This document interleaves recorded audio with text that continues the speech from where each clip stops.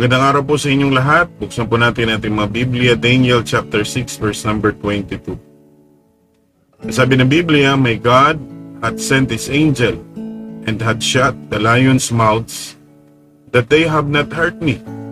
For as much as before him innocency was found in me. And also before thee, O King, have I done no hurt." Ay manalangin, Lord, i-bless niyo po ang mga talatang aming pag-aaralan. Salamat po sa araw na ito. In Jesus' name we pray. Ito po ay kwento patungkol po kay Daniel kung paano po siya itinapon sa yungib ng leon. At alam natin at siguro karamihan po sa atin ay meron na pong background concerning the story. Pero nais ko pong makita natin na bakit sa kabila ng katapatan ni Daniel sa Diyos, sa kabila na siya ay mapanalanginin, sa kabila na siya ay nagtitiwala sa Diyos, siya ay nakakaranas pa din ng mga bagay na hindi maganda. Now, gayon din po sa atin, hindi dahil tayo ay gumagawa ng kalooban ng Diyos, ay hindi na tayo makakaranas ng mga kahirapan ng buhay. Ang katunayan, bilang mga Kristiyano, ay meron po talagang mga pagsubok sa buhay natin. Hindi para tayo panghinain, kundi upang maluwalhati ang Diyos sa ating buhay. Ang sabi ng John chapter 16 verse number 33, "These things have I spoken unto you, that in me ye might have peace. In the world ye shall have tribulation, but be of good cheer, I have overcome the world." Ang sabi po ng salita ng Diyos na sa Panginoon meron tayong kapayapaan. Sa mundo ay meron tayong kaguluhan, merong kahirapan, merong tribulation. Merong mga bagay na hindi natin nais pero nangyayari sa buhay natin. Pero sabi ng Panginoon, "Be of good cheer, I have overcome the world." Ang pamagat po ng ating aralin is The Lion's Den. The Lion's Den. Sa maraming pagkakataon, ganun din po tayo sa ating buhay. At meron po akong tatlong Bible character dito, or tatlong kwento sa Biblia. Nasa kabila ng kanilang katapatan ay nasubukan o naranasan nila na sila po ay dalhin sa hindi magandang kalalagayan. Subalit, dahil sa kanilang panindigan at pagtitiwala sa Diyos, naluwalhati ang Diyos. Unang kwento po dyan ay yung the three Hebrew children. They were cast into the fiery furnace.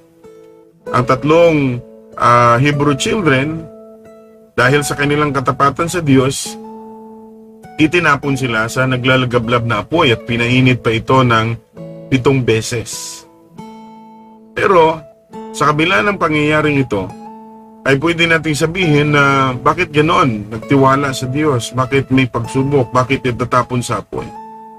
Pero nakakatuwa dito dahil nung itinapon sila sa apoy, sa katunayan, yung mga nagtapon sa kanila sa naglalagablab na apoy na pinagningas pa ng 7 beses ay nagkandamatay. No?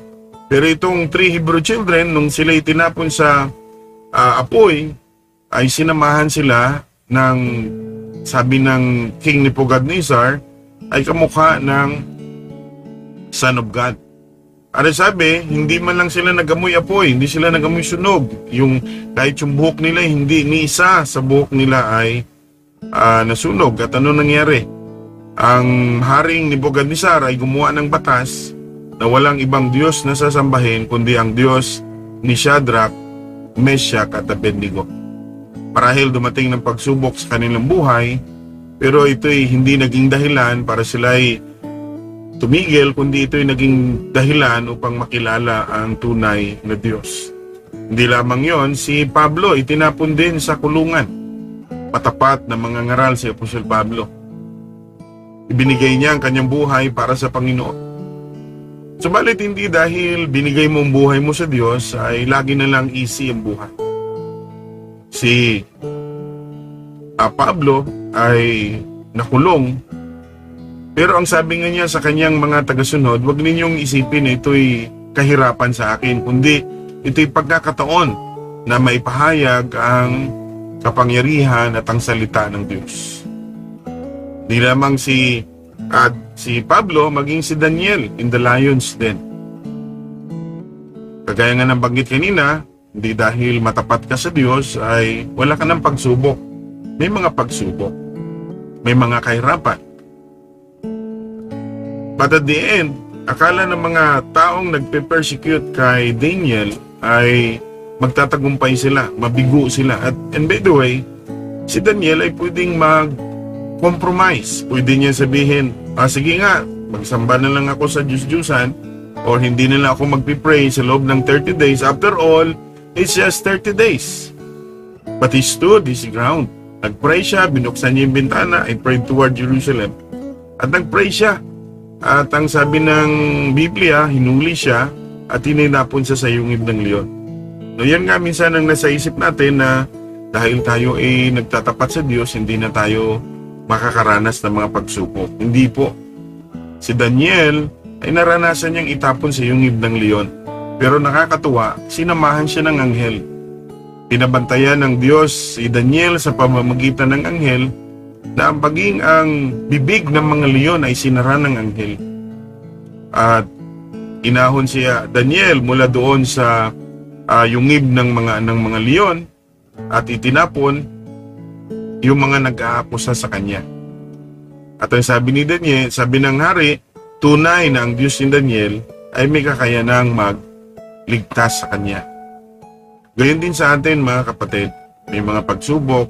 Nagtapat ka sa Diyos, may pagsubok, ay huwag niyo mong kalimutan, ang dulo niyan ay lalo pang makilala ang Diyos sa ating buhay.